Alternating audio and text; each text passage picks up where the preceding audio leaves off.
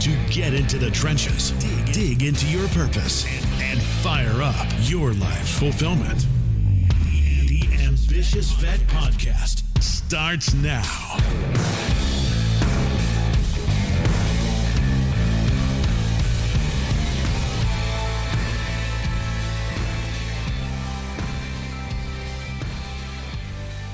What's going on, Ambitious Vet? Thanks for diving into the trenches with us this week as we seek to provide you the golden grenades you need to break through to new levels of satisfaction, fulfillment, and success in your life post-military. Now, for this 150th episode, I thought I would do something a little special, do a solo episode with a brand new format. And if you like it, please just let us know if you want more of these solo episodes.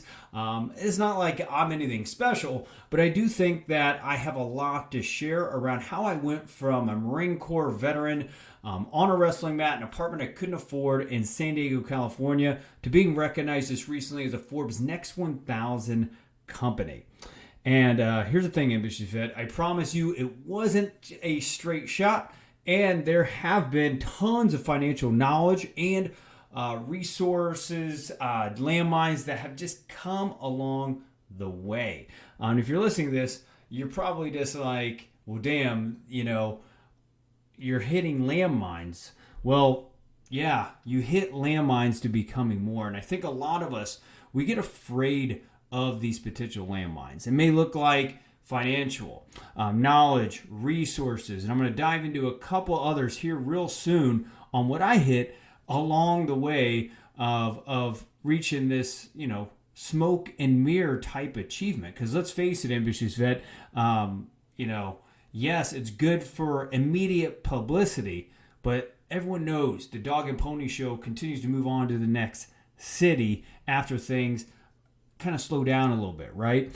Now, I'm not saying that we're slowing down, but the point is,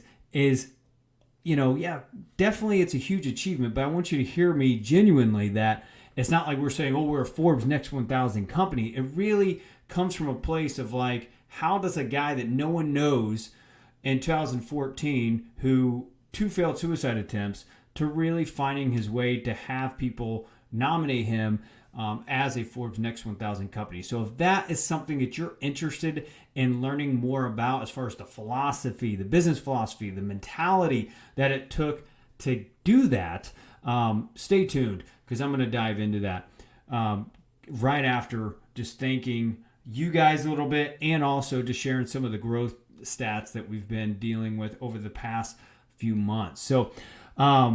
So with that being said, let's go ahead and dive into it, right? So over the past few months, Ambitious Vet, we have really been just seeing consistent growth. We've been experiencing around anywhere from a 2 to 3% month over month user listenership. I know to you, you're just probably just like, oh, well, good for you. No, that's good for us, right? Every time there's more listeners coming in to listen to this, we have more 5-star ratings on all the listener apps come in. We get more exposure, which means more Ambitious Vets come within our ecosystem for us all to continue to connect, expand, and make a bigger impact in our lives. Because I'm serious. I'm super serious about this, having this brand be a catalyst to connect the dots for everyone that is a veteran, that's mission-driven, integrous, and also authentic to really be able to scale and grow their lives. So now I just want to turn this over to you and thank you for just sharing, sharing this out to your network, sharing it by word of mouth, because since launching this in 2017, we've been able to grow 20% year over year, mostly through word of mouth. We just started doing some advertising this year, but it goes to show that the military community, when they have your back, they really have your back. So thanks for having our back and validating the idea that there is a veteran like I was back in 2014 that realized immediate transitional tools have a shelf life. And there is a veteran, maybe you that's listening to this right now, that is desiring more than what you have. Maybe a better relationship with your wife or husband. Maybe it's more income in your life, multiple streams of income. Maybe it's becoming a better leader that people listen to, right? That was everything that was going on inside of my head on, back in 2014 when I was lost and confused, and I was desperately looking for combat-tested tools to really leverage to become the leader I wanted to be post-military.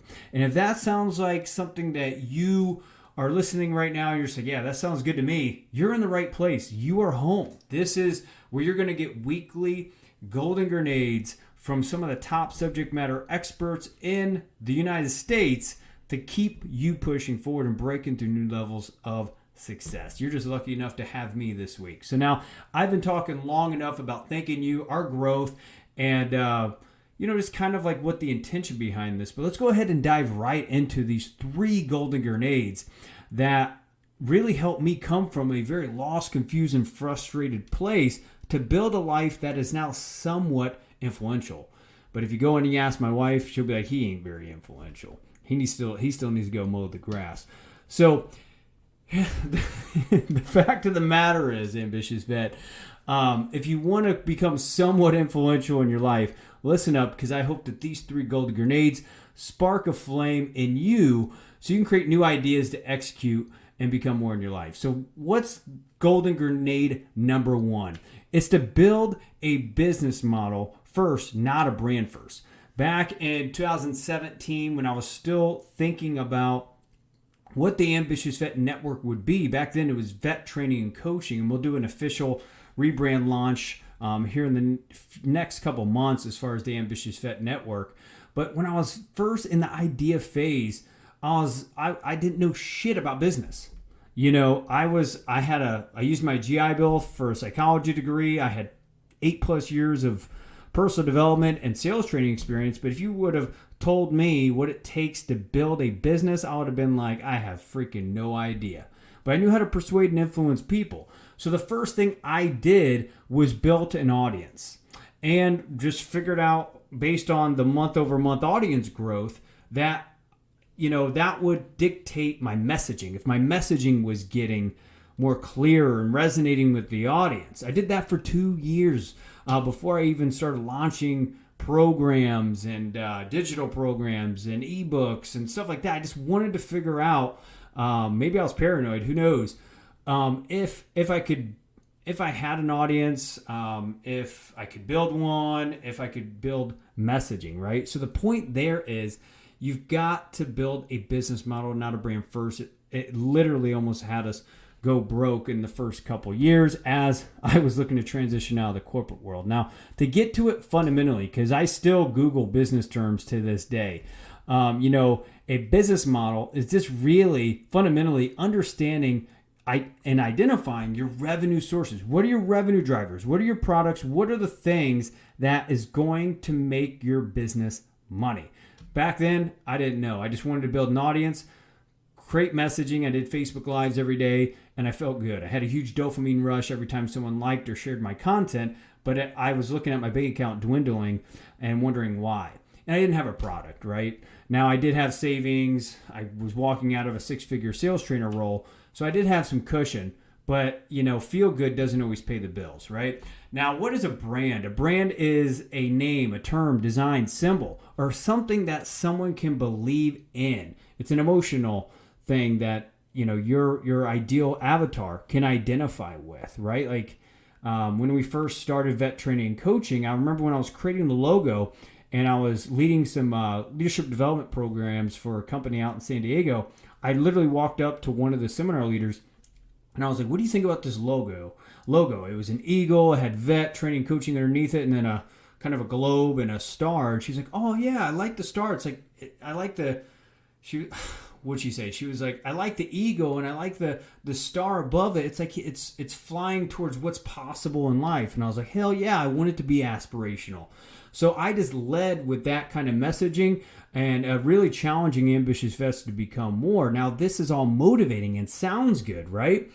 But ambitious vet, it wasn't a business model, right? So we had to start learning, okay, and surveying our audience. Hey, if we launch X, Y, Z, will you buy it? What would you buy if we launch it? With some of the survey questions we started diving into, and then we realized what revenue drivers would resonate, what people were paying for, and we started catching what some entrepreneurs or people in the business world would say is traction, right? We started seeing our revenue numbers go up. We started being able to actually pay people, which was really cool. So again, build a business model, not a brand first. The brand brings in revenue based on the business model, which is the revenue streams in your business. Now, what is Golden Grenade number 2? It's use social media as a communication distribution tool, not the primary source for your business. You see, back in 2017, 18, and even 2019, I was seeing our Facebook group as our business. And, as we see in all these commercials and sporting events today, everyone's starting a freaking Facebook group. Back in 2017, we were one of 3 veteran support groups that launched as Veteran Empowerment Transition. For those of you guys that have been around for a while, you understand that that's the initial origin of the name of the Facebook group. But the thing is you can't treat social media as your business. And once I started raising up my mindset more as like a CEO or an executive leader, of seeing it as like a distribution tool, like, hey, we're going to post this announcement, right? We're going to post this content, this blog, and depending on, the engagement, which how Facebook, we'll just use Facebook as an example, how Facebook tracks engagement is likes, comments, shares, stuff like that, right? And also user growth. How many members are coming inside a Facebook group, which would tell me if we're making an impact on that distribution channel. So I wasn't so emotionally attached to one social media platform. I wasn't getting butthurt if 5 people were leaving the Facebook group. I just realized that, like, okay, them aren't the ones we're going for, right? So I hope that makes sense. But as we kind of expanded our mindset and saw social media as just one marketing tool, because that's really all social media is a marketing tool, a way to spread your brand, your message, and attract them to your business model. I know that if you're a seasoned business professional, that was probably what you learned in Business 101, but this Marine pulled out the wrong crayon at the very beginning, so please forgive me. But if you are someone like me that doesn't have a business degree, very street smart, knows how to generate opportunities through people, understand this. Social media is not the be-all end-all for your business. It's strictly a communication tool, and find the communication tool that catches the most traction. Find the KPIs that push your business model forward. Now, for the sake of time, I'm going to move over now to the third and final Golden Grenade of just what I've learned from going from a wrestling mat to being recognized as a Forbes Next 1000 company, right? It's to make sure you're networking up as well as alongside your peers. Now, what do I mean by this? I'll share another story, right? When I was first starting this brand, I was a corporate sales trainer for 2 marketing software companies in the real estate world. And yes, it was fun. I was developing sales leaders, young people getting out of college, but it was, that's the skill set I had. And I only had time to really build a brand on social media. Like the time that I had from like 6 to 9 o'clock before I had to wake up at 4 a.m. the next day to get into the office to start creating content for sales reps was not a lot of time. And I was like, well, I got to use social media. It's pretty easy. It's low cost effective, and I can create some kind of content, leverage my strengths in video communication, and just did that. But I never scheduled the time to network up. What do I mean by, I use another metaphor.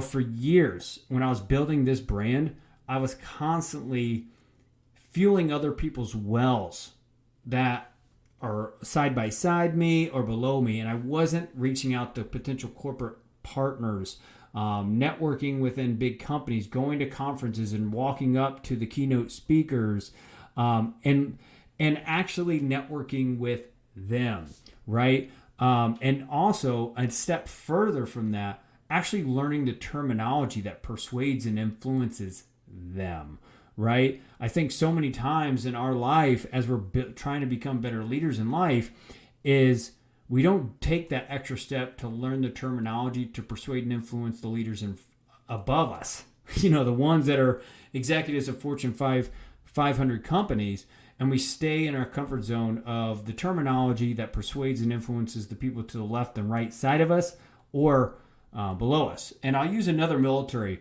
metaphor, man. When I was back in the United States Marine Corps, hoorah, as a first year and a half motor T, and I got ninja punched to a combat cook, right? But still got some in Afghanistan because every Marine is a rifleman, right? Is if I ever got stuck in my life, I didn't go down to my troops and ask for questions. Sometimes I'd even go up to like my gunny, our staff NCOs, right? Sometimes I would go to other units and cross-pollinate to get the best practices and seek to understand where my knowledge gap was and learning their terminology that was having them be an award-winning unit or, winning awards around what they were up to, right?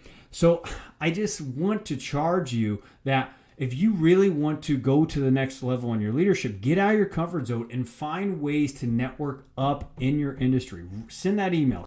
Send that LinkedIn message to that decision maker in a company that has the knowledge, resources, or the same mission that could help accelerate your learning curve, or more importantly, create long-term profitability in your personal and professional life. If I would have got that sooner and got over the fear of reaching out to those people and really feeling like I was good enough sooner for the small work that we were doing at a very humble level on Facebook, I would have grown even quicker, Ambitious Vet. So make sure you're getting out of your own way and networking up.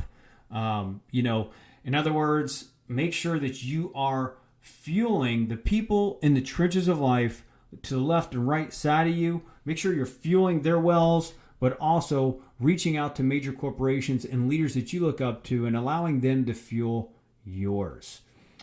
Ambitious Vet, thank you for your time today. If you are listening to this and you really like what you hear, make sure to go leave a review on any of your listener apps. We have a 5-star rating across the board, and we really just attribute that to your feedback, right? We constantly want to stay plugged in to, is this content relevant to you?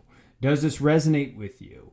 We want to constantly make sure that this content is what's having you show up every single week. So if we're not doing the best job that we can potentially be doing to move you forward to new levels of success in the trenches of life post-military, please let us know. But do me a favor and email us before you leave a review, because I want to make sure that we make that difference for your life. Sound good? So if you haven't already, go leave a review, share it across your network, and until next time, Ambitious Vet, hold the vision and trust the process.